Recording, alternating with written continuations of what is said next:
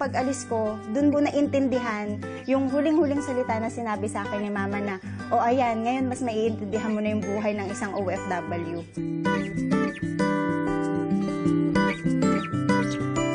Pinanganak ako sa Novaliches, lumaki ako sa lola ko and then sa other relatives kasi 6 months old nung iniwan ako ng parents ko, bali nag-OFW sila. Then when I was grade 3, bumalik na si Papa kasi syempre hindi na kami kayang palakihin ni Lola.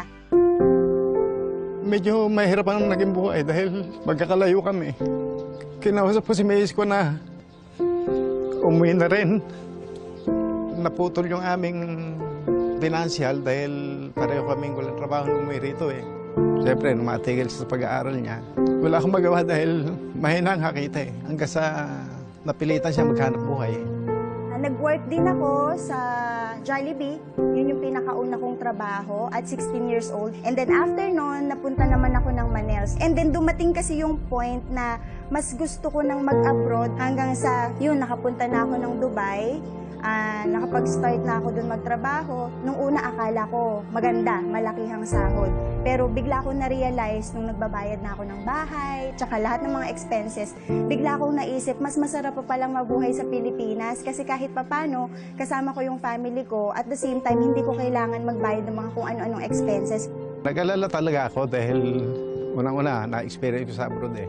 Ilang taon ako sa abroad. Mahirap makisama sa ibang nasyon, mga foreigner. Nung time na nakapagtrabaho na ako doon, perfect timing din nung nakita ko si Front Row sa Facebook. Punta ka dun sa Dubai office kasi magbubukas na tayo ng opisina dyan. Pagkatapos ng business presentation, isa lang yung naramdaman ko. My God, sa tingin ko dito na ako yayaman. Nung dumating yung 2015, so bigla ko naisip, masyado nang sagabal yung pagtatrabaho ko sa pagpo-front row ko. Kaya May 17, 2015, that was my last day sa employment world.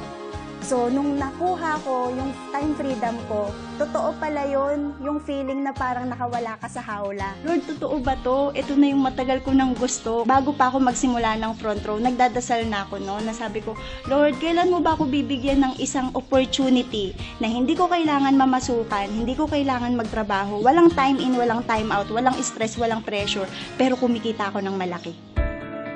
Diyan din talagang mas naging deep yung relation ko sa kanya, sa nasa taas. Kasi wala kaming ibang pinanghawakan nun noong mga panahon na yun. Pero siya lang talaga, yung talagang hinapitan ko, nasabi ko, hindi talaga kami pinabayaan from the very start. 1 year and 3 months, nung nakuha ko naman siya, yung first million ko, and yung pagkakaroon ko ng first car, yung Porsche Boxster, nakapunta na ako ng Europe, nakapag-Maldives ako, nakapag-Singapore ako, nakapag-blessing po kami ng bahay.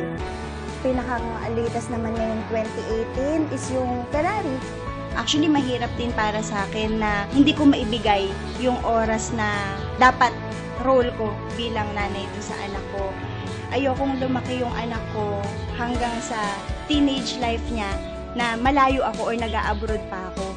Sa dati kong trabaho, ang binibilang ko lang mga karton, boxes ng shoes, inventory, pero ngayon, pag-i-inventory ko, pagbibilang na ng mga blessings yung nangyayari sa akin ngayon.